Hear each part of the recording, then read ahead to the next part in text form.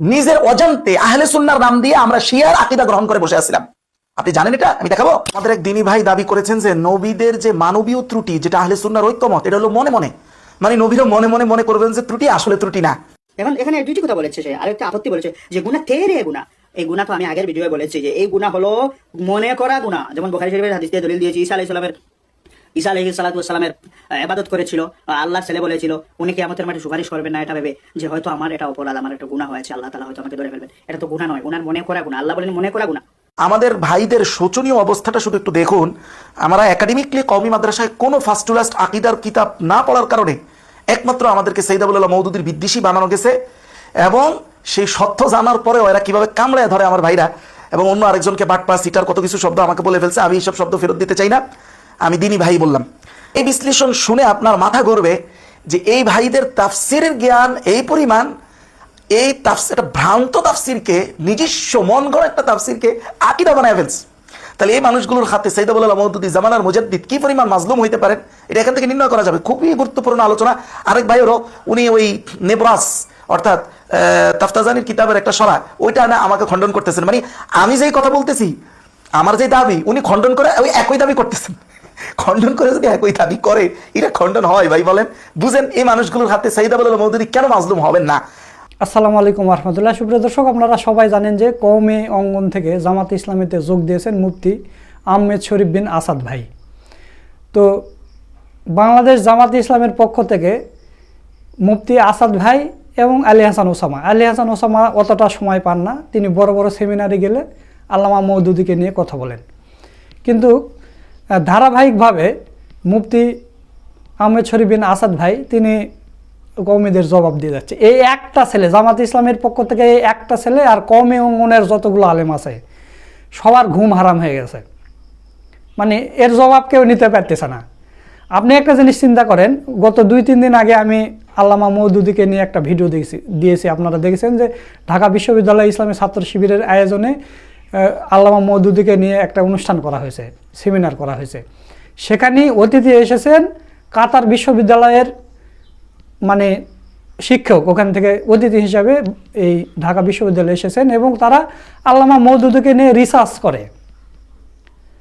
আপনি চিন্তা করতে পারেন, আল্লামা মওদুদীকে নিয়ে বিশ্বের বড় বড় ভাইস চ্যান্সেলর, বড় বড় বিশ্ববিদ্যালয়ের ভাইস চ্যান্সেলররা রিসার্চ করে, আর বাংলাদেশের এই টুটকা মৌলবীরা আল্লামা মওদুদীর ভুল ধরে, অথচ তার বাপ দাদারাই এই ভুলগুলো করে আসছে। তো মুফতি আহমেদ শরীফ বিন আসাদ ভাই যে এদের এই জবাবগুলো দিয়েছে, এরা কোনো জবাব খণ্ডন করতে পারতেছে না। এর আগেও আপনারা দেখেছেন যে লুৎফর রহমান ফরাইজি বলেছে, যদি কেউ খণ্ডন করতে পারে জুতার মালা গলায় পরে গোটা ঢাকা শহর ঘুরবো। তো খণ্ডন যখন করেছে লুৎফর রহমান ফরাইজির আর খোঁজ নেই। মানে নিকৃষ্ট মানের আলেম যদি থাকে এই কওমিদের মধ্যে, তাহলে দেখবেন লুৎফর রহমান ফরাইজি, তারপরে রিজওয়ান রফিকি, তারপর আর একটা বুড়া খাটাস আছে, এই কয়েকটা দেখবেন। মানে এদের ভিতর কোনো এলেম নাই, ঠিক আছে? এরা শুধু অহংকার করে আর আল্লামা মওদুদীর বিরোধিতা করে যায়। এদেরকে আপনি হাজার দেন, সমাধান দেন, এরা বুঝবে না, কারণ এদের জন্মই হয়েছে মওদুদীর বিরোধিতা করার জন্য। তো দর্শক, মুফতি আসাদ ভাই যে এই বক্তাকে ধুয়ে দিয়েছেন, আপনার ভিডিও শুরুতে সামান্য অংশ শুনলেন, এবং এত জ্ঞানগর্ব আলোচনা করছে, আপনি অবাক হয়ে যাবেন। আপনাদের প্রতি অনুরোধ রইল, আপনারা পুরো ভিডিওটা দেখে যাবেন। তো চলুন আমরা ভিডিওটা দেখে আসি। হযরত ঈসার ঘটনাটাকে দেখি, এখান থেকে কি আসলে নবীদের মনে মনে গুনাহ, মানে উনি মনে মনে করছেন যে এটা গুনাহ, আসলে গুনাহ না, মানে যেটা আহলে সুন্নাহর ঐক্যমত মানবীয় ত্রুটি, অনিচ্ছায় সগীরা গুনাহ, এইটার ব্যাখ্যা এই ভাই এটা করেছেন। আচ্ছা, তো যে আয়াতগুলোর কারণে করেছেন, আয়াতগুলো একটু দেখি। সূরা মাইদার 16, 17, 18 নম্বর আয়াত। আয়াতগুলো দেখি যে ওনার এই কথাগুলো আয়াতের শাব্দিক অর্থের মধ্যে আছে কিনা, তারপরে দেখবো তাফসীরের মধ্যে আছে কিনা, তারপরে দেখবো অন্যান্যদের আকীদার বিষয়। আসেন, প্রথম আয়াত, ওয়াইদ ক্বালাল্লাহু ইয়া ঈসা ইবনে মারইয়াম আনতা কুলতা লিন-নাসি ইত্তাখিযুনি ওয়া উম্মিয়া ইলাহাইনি মিন দুনিল্লাহ ক্বালা সুবহানাক।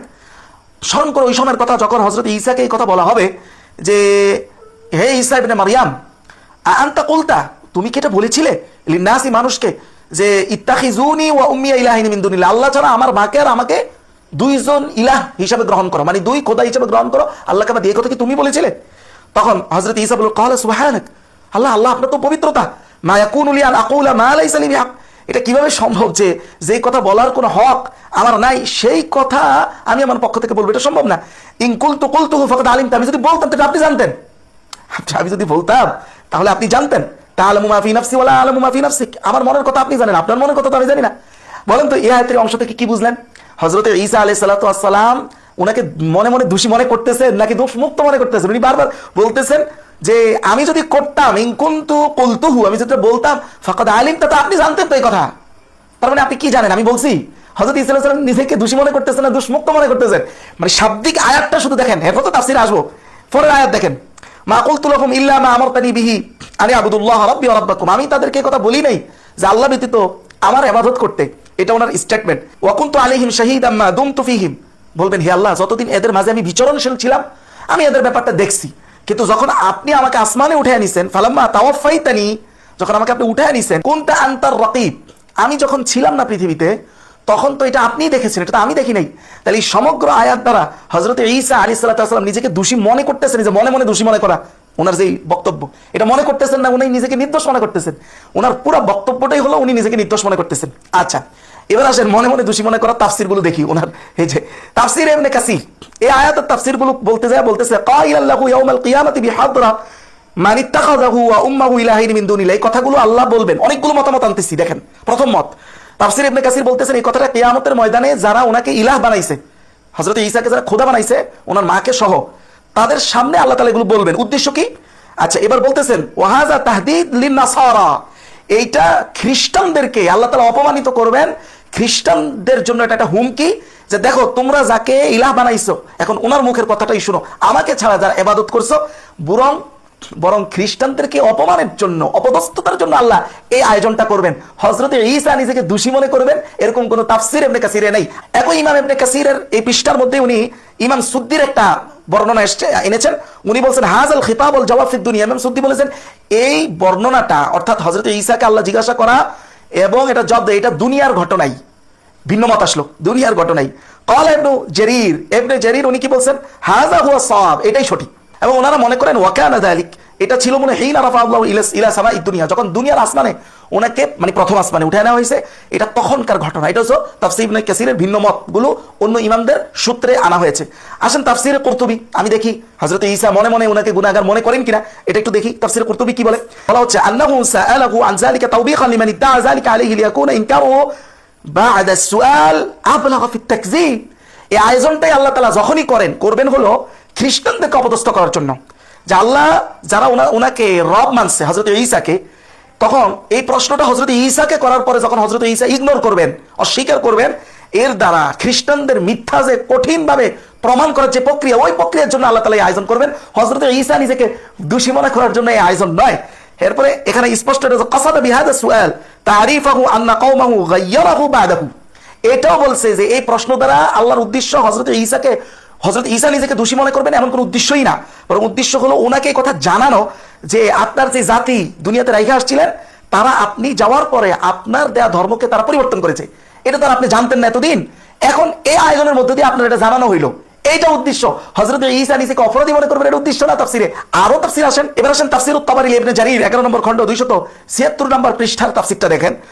ওখানে উনি একটা মতামত আনছেন পৃষ্ঠার মোটামুটি মাঝামাঝি জায়গায়। ক্বালা আবু জাফর, ইমাম আবু জাফরের সূত্র ধরে আনছেন যে এখানে সবচাইতে দুইটা কথার দুই মতের সবচাইতে আমাদের কাছে উত্তম মত ইনদানা বিসাফি যালিক, এই কথার ক্ষেত্রে সবচেয়ে সঠিক মত হলো যে কওলু মান ক্বালা বিকাউলি সুদ্দি, ইমাম সুদ্দির যে বক্তব্যটা ছিল ওয়াহু আল্লাহ তাআলা যাক্কারাহু ক্বালা যালিকা লিঈসা হিনা রাফাআহু ইলাইহি, এই মন্তব্যগুলো আল্লাহ তাআলা মূলত করেছেন যখন হযরত ঈসাকে প্রথম আসমানে উঠায় দেওয়া হয়েছিল তখনকার ঘটনা। আবার অনেকের মত হলো এটা কিয়ামতের দিন ঘটবে, অনেকের মত এটা ঘটে গেছে। তাহলে ক্লিয়ার বিষয়টা বুঝেন। এবং এটা ইমাম তাবারী বলতেছেন, এটা ইমাম সুদ্দির যে মতামতটা এটা আমাদের কাছে সবচেয়ে গ্রহণযোগ্য। ক্বালা আবু জাফর, ইমাম আবু জাফর এই কথাটা বলতেছেন। আরো সামনে আরেকটা তাফসীর দেখাই, তাফসীরে বাগাওয়ী, মোটামুটি তাফসীরের মেইন স্ট্রিম ম্যাক্সিমাম কিতাবগুলো দেখায় ফেললাম। আর অন্যান্য অনেক তাফসীর তো আছে, শত শত তাফসীর আছে। মেইন উম্মাহাতুত তাফাসির বলতে যেগুলো বোঝানো হয় তাফসীরের মা, এগুলো মোটামুটি দেখায় ফেললাম। তাফসীরে বাগাওয়ী 3 নম্বর খণ্ড 122 নম্বর পৃষ্ঠায় দেখেন কি লেখছে, ওয়া আইদান আরাদাল্লাহু আযজা ওয়া জাল আন ইউকিরা ঈসা আলাইহিস সালাতু ওয়াস সালাম আন নাফসিহি বিল উবুদিয়্যাহ ফায়াসমা কওমুহু, আল্লাহর ইচ্ছা হলো এই যে এদের ঈসার ইবাদত যে তারা করছে এটা যে ভ্রান্ত, এই বিষয়টা হযরত ঈসা যখন স্বীকার করবেন এটা তার কওম শুনবে, খ্রিস্টানরা শুনবে, তারা অপমানিত হবে। ওয়ায়াজহার কিসবুহুম আলাইহি আন্নাহু আমারাহুম বিযালিকা, এবং এরা যে হযরত ঈসার ব্যাপারে মিথ্যা বলতো এই মিথ্যাটা একদম হাতে নাতে তাদেরকে আল্লাহ তাআলা প্রমাণ করে দিবেন হযরত ঈসার মাধ্যমে। এটা হযরত ঈসা নিজেকে দোষী মনে করবেন, ঘটনাটা এরকম নয়। একটা হাদিস কিন্তু পরে আছে, সেটা তো আমি আসবো। বরং তাফসীরে বাগাবীতে এই কথা পর্যন্ত বলা হয়েছে, ওয়াইদা সামিআ ঈসা আলাইহিস সালাতু ওয়াস সালাম হাদাল খিতাব, যখন হযরত ঈসা এই ঘটনা শুনবেন মানে আল্লাহর পক্ষ থেকে, তখন বলা হয়েছে যে হযরত ঈসার যেই মাফাসিল মানে শরীরের যেই জয়েন্টগুলো এগুলো পর্যন্ত গলগল করে উঠবে, ওয়ান ফাজারাত মিন আসলি কুল্লি শাআরাতিন মিন জাসাদি, ওনার প্রত্যেকটা শরীরের পশম এভাবে দাঁড়ায় যাবে এবং ওনার চোখ মানে রক্তিম লাল হয়ে যাবে। সুম্মা ইয়াকুলু মুজিবান লিল্লাহ, এই কথা রাগে ক্ষোভে উনি আল্লাহর কথার জবাবে বলবেন সুবহানাক, আল্লাহ আপনি তো পবিত্র, কি বলেন, এরা আমার ইবাদত করেছে। কিন্তু কোন মেইন স্ট্রিম কোন তাফসীরে কথা পাইলাম না যেখানে বলা হয়েছে হযরত ঈসা আলাইহিস সালাম একেবারে ভীত সন্ত্রস্ত হয়ে যাবেন যে আল্লাহ জানি আমার ধরবে, আমি অপরাধী, নিজের মধ্যে অপরাধ বোধ। এটা কোথাও নাই, না আয়াতের শব্দ করতে নাই তাফসীরগুলোতে আছে। এখন একটা হাদিস শোনাই, যে হাদিসের কারণে তারা এটা মনে করে, এখানে ওই হাদিসের ব্যাপারটা পর্যন্ত বুঝে না। তাহলে বুঝেন আমাদের এই ভাইদের মাধ্যমে জামানার মুজাদ্দিদ সৈয়দ আবুল মওদুদি কি পরিমাণ মাজলুম হওয়া সম্ভব। আল্লাহ এই সমস্ত জাহিলদের থেকে উম্মতকে হেফাজত করুন, আমিন। আসেন যে হাদিস থেকে তারা এটা মনে করে আমাদের ভাইরা। হাদিসটা অনেকেই বর্ণনা করেছেন, ইমাম বুখারীও এটা তাখরিজ করেছেন, বুখারীতে এসেছে 4476 নম্বর হাদিস। একই হাদিস ইমাম বুখারী ছাড়াও ইমাম মুসলিম এনেছেন 193 নম্বর হাদিস। লম্বা একটা হাদিস, যে হাদিস আপনারা বাংলায় শুনেছেন যে রাসূলুল্লাহ সাল্লাল্লাহু আলাইহি সাল্লাম পর্যন্ত যাওয়ার আগে কিয়ামতের ময়দানে সবাই সুপারিশ চাইবে, হযরত আদমের কাছে যাইবে, হযরত আদম বলবেন আমারও যে সকল মানবীয় ত্রুটি আছে এগুলোর জন্য আমি ভীত সন্ত্রস্ত, তোমরা আমার কাছে না অমুক নবীর কাছে যাও। এভাবে এক একজন নবী প্রত্যেকে তার অক্ষমতা প্রকাশ করবে এবং নিজের মানবীয় ত্রুটিকে সেখানে উল্লেখ করবে, করে করে আরেকজনের কাছে পাঠাবে। সর্বশেষ হযরত ঈসার কাছে, হযরত মুসা আলাইহিস সালাতু ওয়াস সালামের কাছে আসবে। তো হযরতে মুসা আলাইহিস সালাতু ওয়াস সালামের কাছে যিনি পাঠাবেন উনি এই কথা বলে পাঠাবেন, আবদান কাল্লামাহুল্লাহ, যে মুসা তো আল্লাহর সাথে ডাইরেক্ট কথা বলতো, ওয়া আতাউ তাওরাত, ওনাকে তাওরাত দেওয়া হয়েছে, বিশেষ মর্যাদা আছে, ওনার কাছে যাও। হযরত মুসার কাছে আসার পরে ফায়াকুল, হযরত মুসা বলবেন লাস্তু নাকুম, আমি এটার যোগ্য নই।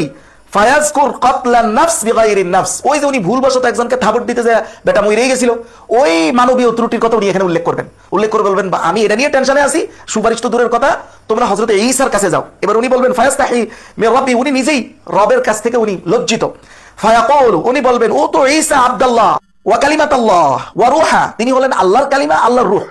এই কথা বলে হযরত ঈসার কাছে পাঠাবেন। ঈসার কাছে আসার পরে উনিও বলবেন ফায়াকুলু লাস্তু হুনাকুম, আমি এটার যোগ্য নই। কিন্তু শুধু বলবেন আমি যোগ্য নই এটা বলে কিন্তু হযরত ঈসা এই হাদিসের এই ইবারতে নাই যে হযরত ঈসা বলবেন আমারও একটা মানবীয় ত্রুটি আছে, আমি এটার জন্য ভীত সন্ত্রস্ত। এই পুরো হাদিসের মধ্যে প্রত্যেকজন ম্যাক্সিমাম নবী বলতেছেন আমার একটা মানবীয় ত্রুটি আছে, শুধু হযরত ঈসা ছাড়া। হযরত ঈসা বলতেছেন না আমি যোগ্য না, তোমরা মুহাম্মদুর রাসূলুল্লাহর কাছে যাও। কারণ কি, ওনার আগে পরে সকল মানবীয় ত্রুটি ক্ষমা করার ঘোষণা আল্লাহ কোরআনে দিয়েছেন, লিয়াগফিরা লাকাল্লাহু মা তাকদ্দামা মিন যামবিকা ওয়া মা তাআখার। এই আয়াতকেই মূলত কোট করে হযরত ঈসা বলবেন আমার কাছে না, আমি যোগ্য না, হযরত মুহাম্মদুর রাসূলুল্লাহর কাছে যাও। তাহলে হযরত ঈসা এই হাদিসে একবার বলতেছেন না যেটা রাসূল বর্ণনা করেছেন, রাসূল একবার বলতেছেন না যে হযরত ঈসা এটা বলবেন যে আমি তো অমুক বিষয়ে খুব ভীত সন্ত্রস্ত, এটা বলবেন না, বলবেন আমি যোগ্য না, মুহাম্মদুর রাসূলুল্লাহ আমার চাইতে যোগ্য। কিন্তু এই যে হযরতে ঈসা আলাইহিস সালাতু ওয়াস সালামের এই জায়গায় নিজেকে অযোগ্য মনে করা, যেটা ভীত সন্ত্রস্ততা, এটার মধ্যে কোনোভাবে ওনার কোনো ত্রুটির ব্যাপারটা উল্লেখ নাই। এটা কোরআনেও নাই, এখানেও নাই, হাদিসেও নাই। বরং উনি নিজেকে অযোগ্য মনে করবেন। দেখেন, দোষ না থাকলেও আপনারা যখন অনেক পুরানা কোন উস্তাদের যাকে খুব ভয় পাইতেন ওনার সাথে সাক্ষাৎ করতে যান, ভয় লাগেনি? ভয় লাগে না? আপনি কি দোষ করছেন? দোষ করছেন। এই ভয়টা হলো সম্মানের ভয়। আল্লাহর ওই দিন যে জালালিয়াত থাকবে, এই জালালিয়াতের সামনে একজন মানুষকে আল্লাহ সেই মর্যাদা দিয়েছেন যিনি কোনো পেরেশান হবেন না, তিনি হলেন মুহাম্মদুর রাসূলুল্লাহ সাল্লাল্লাহু আলাইহি ওয়াসাল্লাম। কিন্তু উনি ছাড়া আর কাউকে আল্লাহ তাআলা এই সুযোগটা, এই মর্যাদাটা দিচ্ছেন না। এটা হচ্ছে মূল কথা। হযরত ঈসা আলাইহিস সালাতু ওয়াস সালাম তাকে মানুষ ইবাদত করছে, এটার জন্য নিজেকে দোষী মনে করবেন না। এটা তাফসিরে আছে না, কোরআনের ডাইরেক্ট ইবারতে আয়াতের ডাইরেক্ট নসে আছে না, এই হাদিসটাতে আছে। এমন কি হযরত ঈসা আলাইহিস সালাতু ওয়াস সালাম এই কথা পর্যন্ত বলেছেন যেটা সূরা মারইয়ামের 33 নম্বর আয়াতে স্পষ্ট উনি বলেন, এরকম শব্দ চয়ন অন্য কোনো নবী সাধারণত করেন নাই যেটা হযরত ঈসা করেছেন। হযরত ঈসা বলেন আসসালামু আলাইয়া, আমার উপরে শান্তি বর্ষিত হয়েছে, ইয়াউমা উলিদতু, যেই দিন আমি জন্মগ্রহণ করেছি, শান্তি বর্ষিত হবে, ওয়া ইয়াউমা আমুতু, যেই দিন আমি মৃত্যুবরণ করব, ওয়া ইয়াউমা উবআসু হাইয়া, শান্তি বর্ষিত হবে যেই দিন আমি কিয়ামতের ময়দানে উঠবো। এটা হযরত ঈসার বক্তব্য। আল্লাহ তাআলা নিজের ভাষায় কোরআনের সূরা মারইয়ামের 33 নম্বর আয়াতে উল্লেখ করতেছেন। আর ওনারা বলতেছেন প্রত্যেকে যে হযরত ঈসা মনে মনে বলবেন যে আমার একটা মানবীয় ত্রুটি আছে, এটার জন্য আমি ভীত সন্ত্রস্ত। এই কথাটা আমরা তাফসীরও পেলাম না। এরকম একটা ভিত্তিহীন কথার মাধ্যমে উনি একটা আকীদা বানায় ফেলতে পারতেছেন। সুবহানাল্লাহ। এই ধরনের মানুষের দ্বারা সাইয়্যিদ আবুল মওদুদি মাজলুম হবেন না? কে হবেন? আল্লাহ এই সমস্ত জাহিলদের থেকে উম্মতকে হেফাজত করুন, আমিন। আর যদি ওনার এই মন্তব্য হযরত ঈসা সম্পর্কে ওনার যে কথা, এটা যদি সহিহ হতো, তাও তো হযরত ঈসার এই ঘটনা অন্য নবীদের ক্ষেত্রে কিয়াস যোগ্য হইতো না, কেন হইতো না? যদি সহিহ হইতো, টোটালি ভ্রান্ত। এই ভ্রান্ত একটা মতের উপরে উনি একটা আকীদার শিরোনাম বানায় ফেলছে যে নবীদের গুনাহ আসলে বাস্তবে গুনাহ না, অথচ আহলে সুন্নাহ ঐক্যমত যে নবীরা অনিচ্ছাকৃত সগীরা গুনাহ হয়, এটা ঐক্যমত। উনি এটার বাহিরে এটা ভ্রান্ত মন গড়া তাফসীর দ্বারা আরেকটা আকীদা বানায় ফেলছে। সুবহানাল্লাহ ওয়া বিহামদি। দেখেন তাহলে বুঝেন, যদি এটা সহিহ হইতো তাও উনি যেটা বুঝাইতে চান এটা যে সহিহ হচ্ছে না, হওয়া কোনোভাবে সম্ভব না, এটার একটু দলিল দিই। দেখেন হযরত মুহাম্মদুর রাসূলুল্লাহ সাল্লাল্লাহু আলাইহি ওয়াসাল্লাম যে একবার ভুলে ইনশাআল্লাহ বলেন নাই, ভুলে, এই যে ইনশাআল্লাহ না বলাটা কি রাসূলের এমন বিষয় ছিল যে উনি মনে করতেছেন গুনাহ, কিন্তু এটা কোনো ত্রুটি না আল্লাহর দৃষ্টিতে। বিষয়টা কিরকম ছিল? এই জন্য আল্লাহ তাআলাও চিন্তা করছেন, ইয়ে মুহাম্মদ রাসূলুল্লাহ সাল্লাল্লাহু আলাইহি ওয়াসাল্লাম, এটা তো আপনার কোনো গুনাহ না, তবে আপনি যেহেতু এটাকে মানবীয় ত্রুটি মনে করতেছেন, সেহেতু আপনাকে 15 দিন ওহী বন্ধ রাখলাম। বিষয়টা কিরকম? এটা হাস্যকর না? মুহাম্মদুর রাসূলুল্লাহ 15 দিন 16 দিন ওহী বন্ধ রাখা হলো এই জন্য যে মুহাম্মদ রাসূলুল্লাহ শুধু মনে মনে ভাবছেন যে এটা মনে হয় আমার ভুল হয়ে গেছে, এটার জন্য চিন্তা করেন। এরপরে কোরআনের আয়াত নাজিল করে পর্যন্ত এটা বলা হলো, এই ইনশাআল্লাহ না বলার ব্যাপারটা আল্লাহ পছন্দ হয় নাই। সে বলে নবীরা মনে মনে মনে করতেন, আসলে এগুলো কোনো ইয়া না। পুরো আহলে সুন্নাহর বাহিরে আরেকটা আকীদা শিরোনাম বানায় ফেলছে। মাওলানা মওদুদী আমাদের হাতে মজলুম কেন হবেন না? একটু চিন্তা করেন। আল্লাহ এই সমস্ত জাহিলদের থেকে উম্মতকে হেফাজত করুন, আমিন। মুহাম্মদ রাসূলুল্লাহ সাল্লাল্লাহু আলাইহি সাল্লামকে কাফেররা বলতো যে আপনার মজলিসে যে ওয়াজ নসিহত শুনতে যাবো, পরিবেশ নাই। তা কি হয়েছে পরিবেশ নাই কেন? বলে আপনার এখানে যারা বসা থাকে নাউজুবিল্লাহ, এরা তো পচাগান্দা। এরকম তাদের মানসিকতা, যারা কাফেরদের লিডার ছিল। তো রাসূলুল্লাহ চিন্তা করলেন যে আচ্ছা ঠিক আছে, ওরা যদি একটু ফাঁসে থাকে বা সাইড কেটে থাকে, এর মাঝে যদি কাফেররা আমার ওয়াজ নসিহত শুনে হেদায়েত পায়, খারাপ কি? এই চিন্তা করে একদিন ওনাদের এই কাফের লিডাররা আসছে, তাদের সাথে রাসূলুল্লাহ বিভিন্ন মত বিনিময় করতেছেন। ইতিমধ্যে একজন অন্ধ সাহাবী উম্মে মাকতুম উনি এসেছেন, এসে রাসূলুল্লাহকে প্রশ্ন করেছেন। ওই যে রাসূলুল্লাহ কাফেরদের এই মানসিকতার কারণে উম্মে মাকতুম একটু সাইডে রাখছেন, মানে উম্মে মাকতুম প্রশ্ন করে দেখেও রাসূলুল্লাহ তার জবাব দেন নাই, ওইদিকে ফিরেন নাই। সাথে সাথে আল্লাহ তাআলা আয়াত নাযিল করে বলেছেন আবাসা ওয়া তাওয়াল্লা আন জাহুল আমা, তিনি ভ্রু কুঁচকিয়েছেন যে ওনার কাছে, উনি মুখ ফিরিয়ে নিয়েছেন যে ওনার কাছে একজন অন্ধ এসেছে। আচ্ছা বলেন তো, এই ঘটনাটা যে আল্লাহ সংশোধনী দিলেন কোরআনের আয়াত নাযিল করে, এর অর্থ কি মুহাম্মদুর রাসূলুল্লাহ এই যে কাজটা হয়ে গেছে ওনার যে ইজতিহাদ, এরা এটাও জানে না যে নবীরা ওহী ছাড়া ইজতিহাদের সুযোগ আছে, যেটা রাসূল নিজেই বলেছেন। আহলে সুন্নাহর ঐক্যমত ইজতিহাদের ক্ষেত্রে, যেটা স্পষ্ট রাসূল সহিহ মুসলিমের হাদিস 5915 এই নাম্বারটা হলো ইসলামী ফাউন্ডেশন অনুযায়ী হবে, সেখানে স্পষ্ট বলছেন ইজতিহাদের ক্ষেত্রে আমিও তোমাদের মতো মানুষ, তোমার ইজতিহাদ গবেষণা যেভাবে ব্যতিক্রম হতে পারে আমারটাও হতে পারে। তাহলে রাসূলুল্লাহ যে ইজতিহাদি যদি বিধানগত দিক থেকে কোনো ভুলের দিকে যাইতে নেন, সাথে সাথে আল্লাহ আয়াত নাযিল করে এটা ঠিক করে দিবেন। তো এই যে ঠিক করে দেওয়া এবং ওনার কাজ, এই মাঝামাঝি যে জিনিসটা হয়ে গেছে, এই জিনিসটাকে আহলে সুন্নাহর ঐক্যমতে মানবীয় ত্রুটি বলেছে, বা সবাই ঐক্যমতে যেটা হলো সগীরা গুনাহ, অনিচ্ছাকৃত। তাহলে এখন বলেন তো, এই ব্যাপারটা, এই ঘটনাটা কি এমন যে মুহাম্মদ রাসূলুল্লাহ মনে মনে ভাবতেছেন উম্মে মাকতুমকে সাইডে রাখাটা ঠিক হয় না, আসলে ঠিক হয়েছিল? তখন আল্লাহ তাআলা দেখলেন, হে মুহাম্মদ রাসূলুল্লাহ, আপনি যেহেতু এটা ঠিক মনে করতেছেন না, তা আপনার একটা আয়াত নাযিল করে একটা মানে সংশোধন দিয়ে দিই, আপনি যেহেতু ঠিক মনে করতেছেন না। বিষয়টা কেমন? চিন্তা করেন কি পরিমাণ হাস্যকর ব্যাখ্যা দাঁড় করাইছে। তাহলে আমাদের হাতে জামানার মুজাদ্দিদ সাইয়্যিদ আবুল মওদুদী মাজলুম হবে না? কে হবে বলেন? আল্লাহ এই সমস্ত জাহিলদের থেকে উম্মতকে হেফাজত করুন, আমিন। শুধু তাই না, সরাসরি ফিকহুল আকবরের ইবারতের বিপরীতে আকীদা দাঁড় করাই দিছে। আকীদা না পড়ার ভয়ঙ্করতা কি দেখছেন? মানে কওমি মাদ্রাসায় যে আমরা দাওরা পর্যন্ত ফার্স্ট টু লাস্ট কোন আকীদার একাডেমিক বই ফার্স্ট টু লাস্ট পড়ি না, এটার কুফলটা দেখছেন? আকীদার শিরোনাম নিজেরা বানায় ফেলে। যেখানে ফিকহুল আকবরের 105 নাম্বার পৃষ্ঠা, যেটা ইমাম আবু হানিফার কিতাব আল ফিকহুল আকবর লিআবি হানিফা, যেটা শরহ করেছেন মোল্লা আলী কারি, তিনি এই কিতাবের এই শরহে লিখতেছেন ওয়াল আসাহ, সবচেয়ে সহিহ কথা হলো জাওয়াজুস সাহওয়ি ফিল আফআল, যে নবীদের ক্ষেত্রে ভুলবশত ব্যতিক্রম ঘটনা, ভুলবশত ত্রুটি, এটা হতে পারে আফআল, ক্রিয়া কাজের মাঝে। আর এই আকীদা না পড়া একটা মানুষ, উনি বলতেছেন না, এটা মনের মাঝে হয়, কাজের মাঝে না। আহলে সুন্নাহর ঐক্যমত হলো কাজের মাঝে, উনি বলেন এটা মনের মাঝে। এখানে কি আবার বলছে ফিল আফকার, না বলছে ফিল আফআল? ফিল আফআল। চিন্তা করেন আকীদা না পড়ার কত বড় কুফল। শুধু তাই না, এরপর একটু পরে লিখছে ওয়ালাকিন বিতারিকি সাকুল নিসিয়ান ইউসাম্মা যালিকা জাল্লা। এই ধরনের ভুলকে ইমাম আবু হানিফার কিতাবে যে শরহ ফিকহুল আকবর মোল্লা আলী কারি যেটা শরহ করেছেন, ওই কিতাবে স্পষ্ট লেখা হচ্ছে, এটাকে নাম রাখা হয়েছে জাল্লা, মানে পদস্খলন। পদস্খলন মনে মনে হয়, পদস্খলন কি মনে মনে ভাইবা নিছে, এটা পদস্খলন হয়? চিন্তা করেন আর কি দলিলের প্রয়োজন আছে? তাহলে আহলে সুন্নাহর চূড়ান্ত মতামতটা কি? সেটা হলো নবীরা নিষ্পাপ। কোন ক্ষেত্রে? তাবলীগুর রিসালা, নবীরা কোনো খেয়ানত করেন নাই। খেয়ানত ওটাকেই বলা হয় যেটা জেনে শুনে ইচ্ছাকৃতভাবে উদ্দেশ্য প্রণোদিতভাবে করা হয়, এটা থেকে নবীরা মাসুম। কিন্তু নবীরা মানবীয় ত্রুটির ক্ষেত্রে, কিন্তু মানবীয় ত্রুটি যেটা, এটা নবীদের ক্ষেত্রে হওয়া, এটা আহলে সুন্নাহর ঐক্যমত। কিন্তু দেখেন এরা সাহাবীদেরকে নিয়ে যায় নবীদের পর্যায়ে, নবীদেরকে নিয়ে যায় ফেরেশতাদের পর্যায়ে। আরে ফেরেশতাদের চাইতে নবীদের মূল্য বেশি তো এই জন্যই যে ফেরেশতাদের কোনো ইচ্ছা ক্ষমতাই নাই। ফেরেশতারা গুনাহ করার কোনো ইচ্ছা ক্ষমতাই নাই, যেটা নবীদের আছে। নবীদের ক্ষেত্রে অপশন আছে, বিদায়িত্ব ফেরেশতা থেকে নবীরা অনেক বেশি মূল্যবান, অনেক বেশি মর্যাদাশীল। এই মর্যাদাটা এই জন্যই যে তারা ফেরেশতাদের মতো না, তারা বেঁচে চলতে হয়, লড়াই করে চলতে হয়। এই সুযোগটা ওনাদের ক্ষেত্রে আছে বিদায়, ত্রুটি হওয়ার সুযোগ আছে বিদায় তো তারা ফেরেশতাদের থেকে মূল্যবান। ফেরেশতা তো ফুতুল, ফেরেশতাদের কোনো সুযোগই নেই, ত্রুটি হওয়ার সুযোগ নেই, কিচ্ছু হওয়ার সুযোগ নেই। তো এখানে তো তাদের নিজের কোনো ক্রেডিট নাই, ক্রেডিটটা সম্পূর্ণ আল্লাহ তাআলার। কিন্তু মানুষের ক্ষেত্রে ইরাদা, শক্তি আল্লাহর, কিন্তু ইচ্ছা আমার। এই জন্য আমার ত্রুটির কারণে আমাকে শাস্তির সম্মুখীন হইতে হয়, জবাব দিতে হয়। ভালো কিছু করলে এটার ফলাফল আমি পাবো। শাইখুল হিন্দ রহমতুল্লাহ আলাইহির সূরা ফাতাহের যে 2 নম্বর আয়াতের যেই তর্জমায় যে বক্তব্য, এই বক্তব্য যে তেরি গুনাহ মানে হে নবী আপনার গুনাহ, এই যে শব্দটা, এই শব্দটার ব্যাখ্যায় তো এক একজন এক একটা কথা বলেছে। দোনোটা আমি গতকালকে একটা খণ্ডন করেছি, একটু রিপিটলি বলি। আমি একটা উদাহরণ দিয়েছিলাম না, যে একজন ডাক্তার বলছে আপনি 3 বেলায় ওষুধগুলো খাবেন 1 সপ্তাহ, অ্যাসিস্ট্যান্ট বলছেন কোনো গ্যাপ দেওয়া যাবে না। আপনি বললেন যে ডাক্তার 1 সপ্তাহ 3 বেলায় ওষুধগুলো গ্যাপ ছাড়া খাইতে বলছেন। গ্যাপ ছাড়া এই শব্দটা কি ডাক্তার উচ্চারণ করেছে? তার মানে কি আপনি ডাক্তারের ব্যাপারে মিথ্যাচার করেছেন? মোটেও না, কারণ ডাক্তারের মূল মর্মার্থের মধ্যে কথা ছিল। তাহলে ঠিক আমি বলছি ছোটে ছোটে গুনাহ, তাহলে শাইখুল হিন্দ রাহমাতুল্লাহ আলাইহি এখানে গুনাহ শব্দ দ্বারা নবীদের ক্ষেত্রে বড় গুনাহ বুঝাবেন? ছোট গুনাহই তো বুঝাবেন। উনি এই শব্দ এখানে না আনলেও যিনি ওনার এই কথা থেকে তালিক করেছেন, মাকতাবে থানবী থেকে একটা শাহজাদের কিতাব ছিল, ওইটার মধ্যে অন্য আরেকজনের তালিক, এটা শিবির আহমদ ওসমানীর না, ওইটার মধ্যে যিনি এই কথাটা লিখেছেন ওনার লেখাটা তো 100% সঠিক। এটা তো শাইখুল হিন্দেরই বক্তব্য হবে মর্মর্থের দিক থেকে। তারপরে অনেকে বলেছেন যে নবুয়তির জিম্মাদারির ক্ষেত্রে শাইখুল হিন্দের কি এটা উদ্দেশ্য? 100% এটা উদ্দেশ্য। আমি এবার বুঝাই দিই, দেখেন আয়াতটাই তো নবুয়তির আগে পরে দুইটার কথাই বলতেছে। মানে যে আয়াতের তর্জমা বলতেছি শাইখুল হিন্দের, ওই আয়াত কোনটার কথা বলতেছে? নবুয়তির আগের কথাও পরের কথাও। আয়াত স্পষ্ট বলতেছে লিয়াগফিরা লাকাল্লাহু মা তাকদ্দামা মিন যামবিকা ওয়া মা তাআখার, যা কিছু আপনার মানবীয় ত্রুটি পূর্বে গেছে, যা সামনে আসবে, দোনোটার ক্ষেত্রে শাইখুল হিন্দ গুনাহ শব্দ ব্যবহার করেছে। তাহলে আগেরটা যদি আপনি নবুয়তির আগে ধরেন, পরেরটা কোথায় ধরবেন? পরেরটা নবুয়তির মধ্যে ধরবেন না?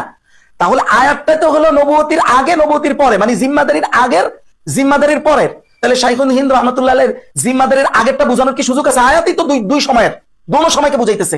এটা কি ধরনের মানে ব্যাখ্যা আমি বুঝি না, ওনারা কেন বুঝেন না? তাহলে এই পরিমাণ বুঝ যদি আমাদের না থাকে, তাহলে আমাদের হাতে যে সাইয়েদুল মওদুদি মাজলুম হবেন এটাই স্বাভাবিক ছিল।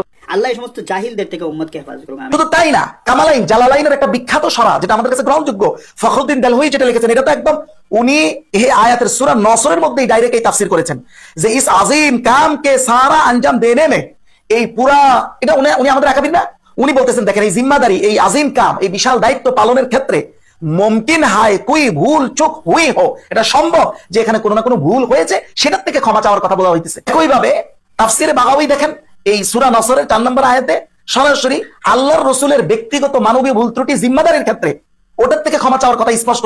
বাগাওয়ীতে দেখেন, তাফসীরে তাবারিতে দেখেন, তাফসীরগুলোর পরেও আপনি যদি বলেন শাইখুল হিন্দ এটা বলেন না ওটা বলছেন, এর চাইতে ভ্রান্ততা আর কি হতে পারে? তার মানে কি আপনি বুঝাইতে চাইছেন শাইখুল হিন্দ গুনাহ শব্দ দ্বারা ছোট উদ্দেশ্য নেন নাই, বড়টা উদ্দেশ্য নিচ্ছে, তা আপনি শাইখুল হিন্দকে আরো বেশি ফাঁসাই দিতেছেন, এটা যদি আপনি তর্জমা করেন। আর এই গুনাহ শব্দ দ্বারা উনি শুধু নবুয়তির আগেরটা উদ্দেশ্য নিচ্ছেন, তা আয়াতটাই হলো নবুয়তির আগ পর দুইটার, আর শাইখুল হিন্দ তর্জমা করবেন শুধু একটার, এটা তো একটা নির্বুদ্ধিতার কথা হবে। এরপরে আরেক ভাইয়ের খণ্ডন দেখেন, এই ভাইয়ের খণ্ডন দেখে তো অনেকে বিরক্ত হয়েছে। নবীদের থেকে অনিচ্ছাকৃতভাবে কবিরা গুনাহ হতে পারে, এটা অনেক উলামায়ে কেরাম এর পক্ষে মতামত ব্যক্ত করেছেন বা এটাকে তারা সমর্থন দিয়েছে।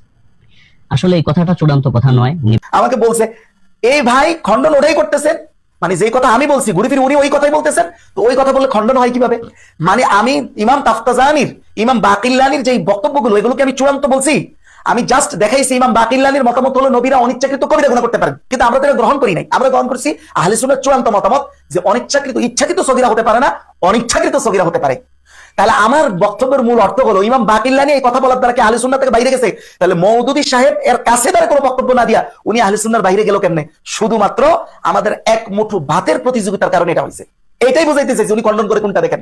তো এখন ইমাম বাকিল্লানির যে বক্তব্য যে নবীরা আপনার অনিচ্ছাকৃতভাবে কবিরা করতে পারে, এইটা চূড়ান্ত মতামত না হলো এই মতামতটাকেও অনেকে গ্রহণ করে না ঠিক, কিন্তু বলে নাই যে এই মতামতটা সম্পূর্ণ গলত এবং এই মতামতের কারণে ইমাম বাকিল্লানি আহলে সুন্নাহ থেকে বের হয়ে গেছে, এটা তো বলে নাই। বলছে উনি আহলে সুন্নাহয় আছে, আবার আহলে সুন্নাহ থেকে আবার ইখতিলাফ দেখাইছে যে উনিও আহলে সুন্নাহ, আমরাও আহলে সুন্নাহ, তবে আমাদের মত একটা, উনার মত আরেকটা, তার মানে আহলে সুন্নাহ, শক্তিশালী আহলে সুন্নাহ। তো ইমাম বাকিল্লানির এই মত যদি আবার আপনি খণ্ডন করতে যান যেটা বাতিল, এটার কারণে ইমাম বাকিল্লানি ওনার আকীদা নষ্ট হয়ে গেছে এটা বলতে যান, তাহলে একটানে দেখবেন আবার হোসেন আহমদ মাদানী সাহেবের আকীদা নষ্ট হয়ে যাবে। কেন? কারণ ওই যে ইমাম বাকিল্লানি বলছেন অনিচ্ছাকৃত বড় গুনাহ করতে পারেন, এই তো কথা। হোসেন আহমদ মাদানী কি বলেন? হোসেন আহমদ মাদানী রাহমাতুল্লাহি আলাইহি ওই মাকতুবাত শাইখুল ইসলাম এর জিলদে আউয়াল প্রথম খণ্ড 266 নম্বর পৃষ্ঠায় উনি স্পষ্ট হযরতে মূসা আলাইহিস সালাতু ওয়াস সালামের শানে বলছেন যে হযরতে মূসা যে কিতাবুল্লাহকে এইভাবে ছুঁড়ে ফেলে দিয়েছেন, ও কিতাব जो खुद को दी गई, এটা ওই কিতাব যেটা ওনাকে দেওয়া হয়েছে। এই কাজটা ছিল কোই সুবানি, কোনো সন্দেহ নাই এই কিস কাদার বড় গুনাহ, এটা কত বড় গুনাহ। তাহলে আপনি ইমাম বাকিল্লানির ধরলে তো হোসেন আহমদ মাদানিও এখানে চলে আসবে। যদিও হোসেন আহমদ মাদানি সর্বশেষ কি বলেছেন, যেটা দেখতে গুনাহ কিন্তু বাস্তবে গুনাহ না, এটাই তো অনিচ্ছায়, অনিচ্ছায় হয়েছে, খেয়ালত হয় নাই। অনিচ্ছায় হইলে ইমাম বাকিল্লানির মতেও তো নবীদের মাসুমিয়ত নষ্ট হয় না। আবার ইমাম তাফতাজানি যেটা মন্তব্য করেছেন, এটা করার কারণে কি উনি আহলে সুন্নাতে বাতিল হয়েছেন? বাতিল তো হয়নি নাই, বরং ওনার কিতাব দিয়ে এরা আকীদার বইটা ধরে কিতাব পড়তে দেয় নাই, পুরোটা পড়তে দেয় নাই, পড়লে তো সব গোমর ফাঁস হয়ে যাবে। তা আমার মূল মন্তব্য ছিল যে আমরা যে সাইয়্যিদুল মওদুদীকে মাসুমিয়ত বিরোধী বলেছি, টোটালটা প্রোপাগান্ডা, উদ্দেশ্য প্রণোদিত এবং শুধু এক মুঠো ভাতের প্রতিযোগিতার নোংরা ফলাফল ছাড়া আর কিছুই নয়। এই ফাঁদ এতই ভয়ঙ্কর হয়েছে আমাদের জন্য ভাই, নিজের অজান্তে আহলে সুন্নাহর নাম দিয়ে আমরা শিয়ার আকীদা গ্রহণ করে বসে আছিলাম। আপনি জানেন এটা? আমি দেখাবো। শিয়ার আকীদা মানে শুধু এই মাওলানা মওদুদী বিদ্বেষী করতে যায় বেরলভী আহলে সুন্নাহ যারা, এরা তো অধিকাংশ অনেক কিছু তারা শিয়াইজমকে গ্রহণ করে, আমি সেই বিতর্কে যাচ্ছি না। আমরা যারা একদম জমানার সবচাইতে হক্কানি, মানে এর উপরে কোনো হক্কানি হইতে পারে না, এই লোকগুলো নিজেদের অজান্তে আমাদেরকে একাডেমিকলি আকীদা না পড়ানোর কারণে আমরা শিয়ার আকীদা গ্রহণ করে বসে আছি। কিভাবে দেখেন, নবীরা ছোট বড় ইচ্ছায় অনিচ্ছায় কোনোই ত্রুটি হতে পারে না, এই আকীদা আহলে সুন্নাহর না, এই আকীদা হলো শিয়াদের আকীদা। আসলে আমি দলিল দিই, গরাইবুল কুরআন ও রাগাইবুল ফুরকান এই কিতাবের দেখেন স্পষ্ট লেখা আছে 256 নম্বর পৃষ্ঠায়, আমি যে নুসখা থেকে বলতেছি, ওয়াশিয়া লাম ইউজাউযু, শিয়ারা এটা জায়েজই মনে করে না, সগীরা ওয়ালা কাবীরা মিনহুম, নবীদের থেকে কোনো সগীরা কবিরা কিছু হবে, লা আমদান ওয়ালা সাহওয়ান, ইচ্ছাও না ভুলেও না। আপনি চিন্তা করতে পারেন, ওয়ালা আলা সাবিলি তাউইলি ওয়াল খাতা, ইজতিহাদের দিক থেকেও না, ইজতিহাদি ভুল গবেষণাও না, কোন তাউইল ব্যাখ্যাগত ভাবেও না, মানে কোন দিক থেকে, মানে ডাইরেক্ট নবীরা ফেরেশতাদের মতো। এই আকীদা আমাদের অনেকের মধ্যে তৈরি হয়ে গেছে শুধুমাত্র এই আকীদার প্রোপাগান্ডার কারণে। সাইয়্যিদুল মওদুদীকে ধ্বংস করার উদ্দেশ্যে এক মুঠো ভাতের যেই ফাঁদ আমরা পেতেছি, এইটাকে কেন্দ্র করে দেখেন ডাইরেক্ট শিয়ার আকীদা নিয়ে বসে আছে আহলে সুন্নাহর একেবারে আমরা প্রধান ব্যক্তিত্ব। এর চাইতে লজ্জা আপনি আর কি দেখতে পান? সুপ্রিয় দর্শক, আপনারা মুফতি আহমদ শরীফ বিন আসাদ ভাইয়ের ভিডিওটা দেখলেন, তো তার জবাবটা আপনাদের কাছে কেমন লেগেছে তা অবশ্যই কমেন্ট করে জানিয়ে দেবেন। ভিডিওটা ভালো লাগলে শেয়ার করবেন। সকলকে ধন্যবাদ। আসসালামু আলাইকুম ওয়া রাহমাতুল্লাহ।